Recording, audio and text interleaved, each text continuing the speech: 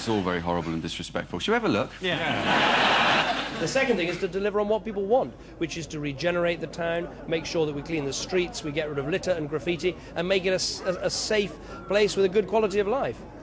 Conservatives have been the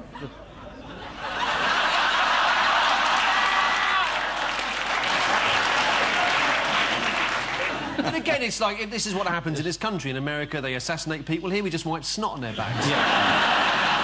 Fundamentally, we're better people.